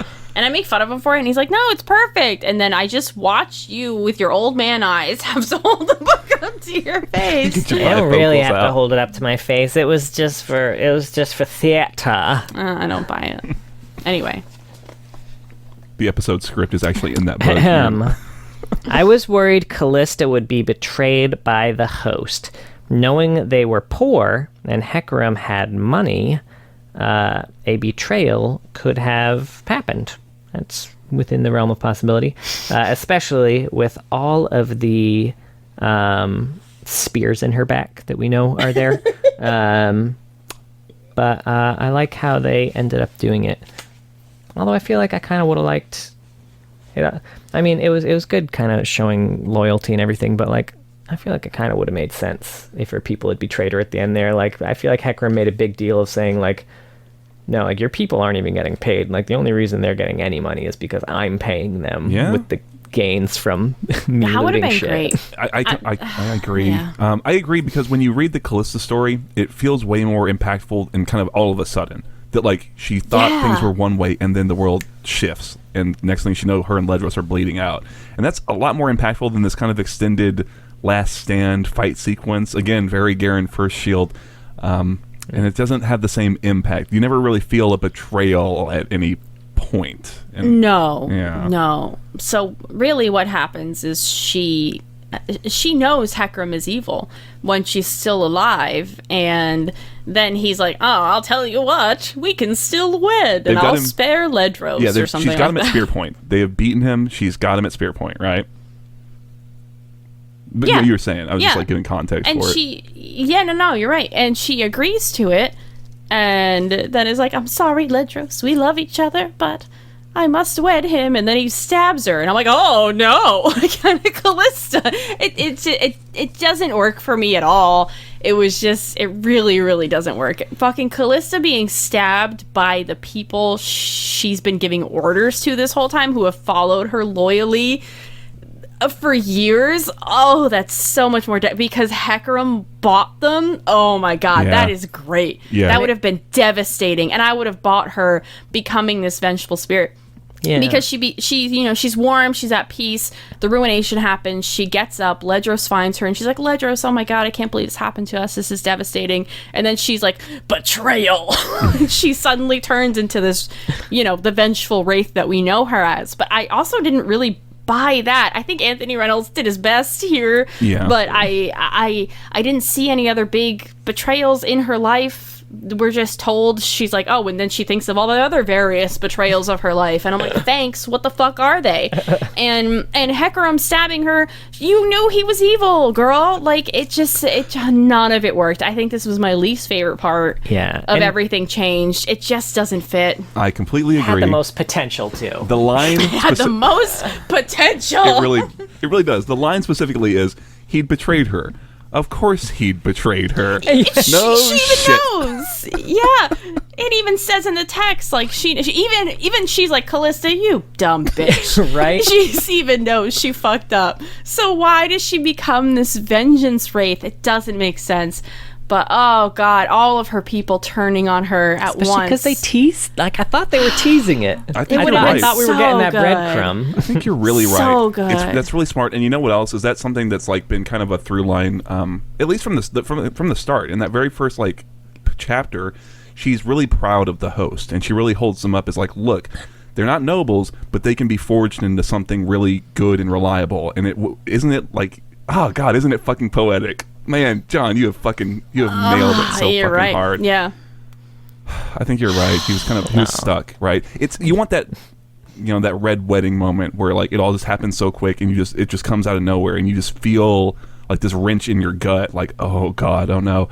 But it doesn't ever happen, It's true. Yeah. And I think there could have been a great moment where Callista doesn't even quite realize she's been stabbed or who has stabbed her. It's quite literally in the back, and seeing that Ledros has been attacked at the same time. She could even have a moment like, is Ledros a part of this? Oh my God, has Ledros betrayed me? And then she sees that Ledros is also dying because they couldn't buy out Ledros and they knew it. Or that could have been why why Hecarim doesn't try to buy out Ledros. He sees that Ledros is going into Callista's room. We can have that moment. The payoff. So that payoff to him seeing Ledros going, and he's like, oh, well, you know what? Well, fuck you both then. I'm going to buy your entire army and have them stab you both in the back. Fuck you guys. We could have gotten a payoff for Chekhov's booty call. How long ago did you think of that? Just now. Okay.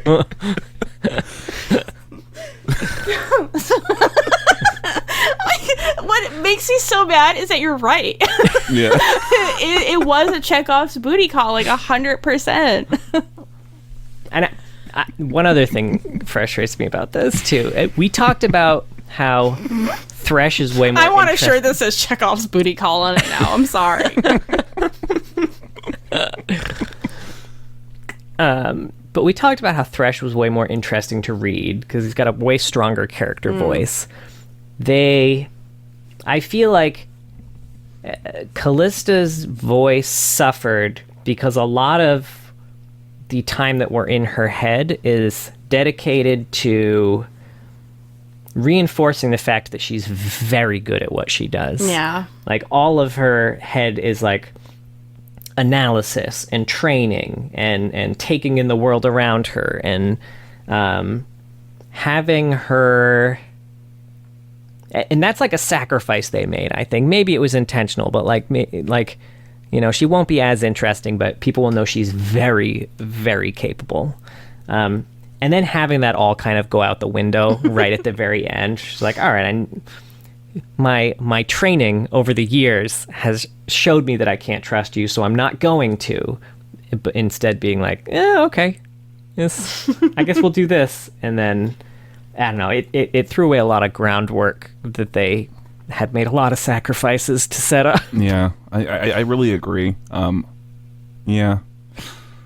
Yeah, I don't know. I wish I could go back and read through the specific, like, try and follow the logic train, because it's supposed to be something about, like, she will agree to it's weird that she would even agree to wed, like, even that you would trust that he wouldn't kill you, let alone that, but then you would then still also agree to marry him, when at this point it's really well established that she and Ledros do have, like, a affection for each other, and he's right there. Like, I mean, yeah. The guy is technically mortally wounded, but, you know, I don't know. It's a hard thing to really follow, and I don't know. Maybe it would have been better to just abandon the Hecarim betrayal altogether. If this is the way you're going to execute it, I don't know. Yeah. The last note I had was kind of just like a combination note between Ruined King and this. Like, actually, I guess it's mostly Ruined King stuff. I still had a plot question about Ruined King, where, like, at the end of the game, you trap him in a pendant. But it seems like he gets out real fucking quick. And I don't know how that happened. Who do you trap in a pendant? Viego? Viego. Oh. And it's kind of like, I think, implied in, I think, maybe some post-credit stuff that maybe Pike had something to do with it. Oh, really? But they don't really explore it at all or, like, get very specific with any of it.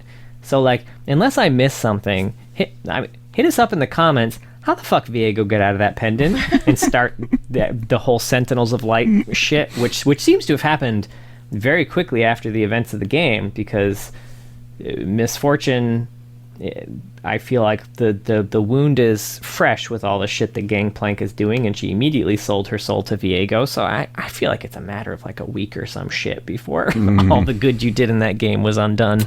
And I don't know if I missed up. Someone explain this to me. What the fuck happened? Well, the Riot marketing team sat down. No, I agree. I think I said it during the Ruined King episode that we did, that I can't even regard it as like a direct, like, lead into Rise of the Sentinels. They're just, the handoff is so poorly managed that it's like, it's just its own separate thing. You kind of can't regard it with a lot of scrutiny. I don't know if I have much else. Which isn't going to go well for them trying to establish these games as canon. Yeah. Well, you know, a stumble out the gate. Maybe we'll get better luck with, like, Mage Seeker and things of that nature. Very excited for Mage Seeker. Yeah. Don't let me down. The only other thing I was going to mention is I do like the moment where I'm pretty sure it's Yorick kind of shows up a little bit. Oh yeah, And I like that because it did play like. Even though I know what's going to happen, like you're saying, there was a little moment. It's like he does seem to get through to Viego, and Viego does actually start to kind of accept what's happening and start grieving. I was like, oh, interesting. How is this going to change? And it was nice to see then Thresh kind of come in and fuck everything up. I was like, okay, nice, neat. It was great. That was definitely a moment to add to the angst and the devastation of it. As Viego's literally about to go back home. Like he was about to accept all this and go back home, and Urlachgrel was like, no sir, I want to see what happens when you put that dead bitch in the water. I worked really hard to get y'all here. Yeah, that was good. Yeah, there's a mention of Maokai as well very quickly. Callista kind of sees him through the trees. Do you remember that? Yeah. When she's doing her little walk around the ground. She's just like walking around. She kind of sees Maokai like slinking around, and then he's like, "Oh no, someone saw me!" He's like a toy from Toy Story. He just stands. You just see these big eyes in a tree, like. Boop, boop. Yeah. This place is weird. I'm going home. Like this. I don't care if it was fan service. I was like, oh, I know him. Right. That's Maokai. The tree. I'm a genius. The tree. I know who that is. Yeah. Zillion gets mentioned. That's one of the ways they find the place is Zillion keeps really verbose notes about like everything apparently. And that's some of the stuff that Viego was looking over. That. Yeah. He gets name dropped twice and that's it. And I think they even say his name wrong the first time. So it's, oh, okay. a little wink. Z-Dog. Z-Dog. This is no time Z-Dog. I'd love if that's how he signs his name canonically. Oh, shit. I think that's it. Yeah. That was Ruination, a League of Legends novel. I definitely want more novels. We definitely picked apart this a lot, and I feel a bit bad because I don't think anything in Originals did a bad job or anything. We're just kind of here to pick apart things, and I just feel as a fellow writer, I don't like picking apart other novels. I feel guilty. The lore is one thing, but a book is another. That's fair. I think I think if I was probably harsher on this than like Garen First Shield, and I think it's because, at least in my mind, I came into it like it's a novel. I came in with maybe some different expectations than I did for like a novella. Yeah. And maybe if I had lowered those a bit, I might have enjoyed my time a little more. It's not bad. If you like League and you're just kind of interested in these characters, you'll probably enjoy it. Or if you want a nice kind of light fantasy type of thing, pretty easy read. It's pretty easy to get through. It's very easy. Yeah. It's a very easy read. And I walked through life with no expectations. So this was right in my wheelhouse. But yeah, there are things that I wish they hadn't changed and things I'm glad that they did. There are some great scenes in it for sure. I think it could have been a lot better. Just with more time dedicated to some of the characters, like linger in it. Don't worry. Don't be afraid to make the novel too long. You are dedicating yourself to a full-length novel. Dedicate yourself to it, man. Let it be a long novel. It's fine. If you want to reach out to other fantasy writers, they're reading like 900-page books constantly. Like, trust me, they do not care. Yeah, it makes me wonder how much of that. Like, I'm curious how much Riot was involved in. Like here are the guidelines. Like, it can't exceed this length. Like, it has to kind of move at this pace. I am curious. Yeah, if he had gotten a restriction on the, because I can imagine that being very difficult if he had to hit a certain word count, keep it under a certain word count. Yeah, and I know like Riot's lore team in general has had like a spotty past with, just like the kind of revolving doors and just not being given the resources they need, or like people from outside the team feeling like they should have more input than they really should on the thing. So I can see that. I mean, I don't know if any of that was involved here. Maybe they've evolved over the years, but I feel like my guess here, I think this novel's under 100,000 words, and that he was told to keep it under 100,000 words. Which for a fantasy, I think that's unnecessary. Fantasy should be over 100,000. No, that's not true. They should. They don't have to be, but in some cases, they absolutely should be. Yeah, I don't know. But with all that said, what do you guys want a full-length novel about in the whole League universe? Oh, shit. If you could have a full-length novel, this is hard because I feel like I have a lot. Okay. that I would like. I'm trying to think of things that I've said, man, I really want to see this. I would like pull the trigger on some Alistar team up. Get him and Riven tooling around in Noxus. Have them do a little globe trotting with one or two other characters. I remember, like, maybe Rel, maybe Kled. Get them all together, do some shit in Noxus. I don't know.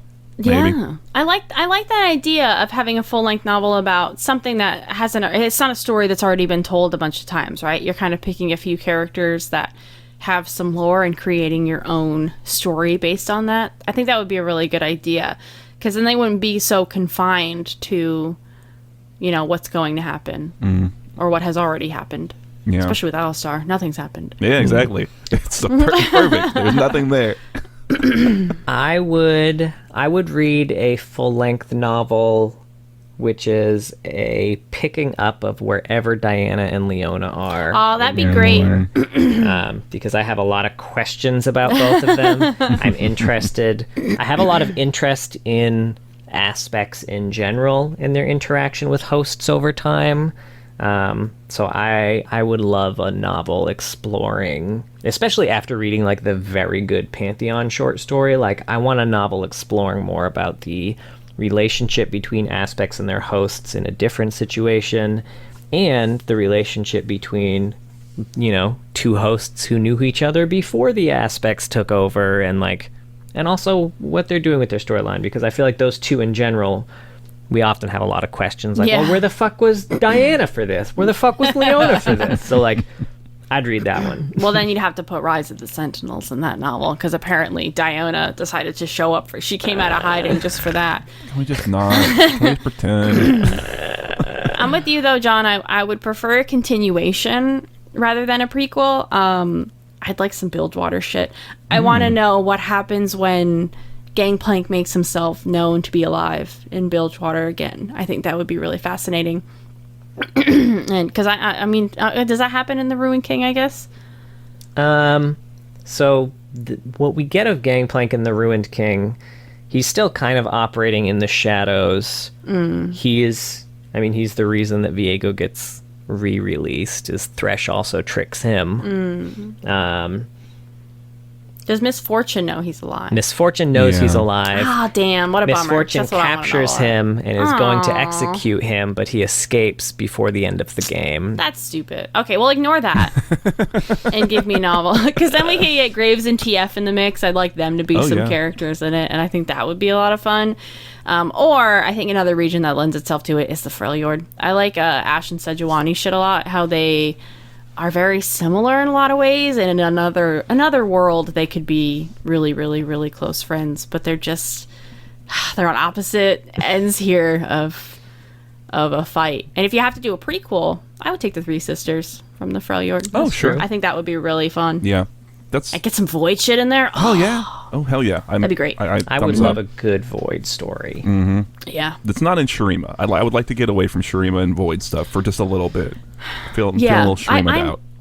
I don't know why, but I find the Void being in the Freljord way more interesting. I'm not sure what it is. That Lysandra story was pretty cool. The one where they go down into the Howling Abyss. Yeah. It was a really neat depiction of it. Oh, that's fantastic. Yeah, having that worked into a full-length novel could be really great. It's very The Thing, almost. Or it could be in some ways, some of the way they talk about it. Maybe that's why I like it. And it's got great opportunity for cameos. It's true, honestly. Get a lot of champions in on that shit if you commit to a Void story. Yeah, I definitely like the idea of something taking place more in the modern, I guess, Runeterra rather than ancient Runeterra. I don't know. This takes place a while ago from the present Runeterra that we have, right? Is it thousands of years? Yeah. Feels like it, yeah. It's fucking a long time. Yeah. I think there's an interesting story to be told from a Celestial slant, too. Yeah. It wouldn't be my thing. Much in the like that this wasn't. I would still read it because we'd have to do an episode about it. But it wouldn't be my thing. Celestials and gods, that's another thing that no, much like kings and whatnot, doesn't interest me that much. I think the aspects are a good grounding way, like a good way of grounding all that. The Celestials are hard because they're such a vague amorphous concept. Even I don't quite know what the fuck is a celestial versus an aspect versus. I don't think Riot does either. I think that's maybe why I'd like a story on it. But I also like the idea of.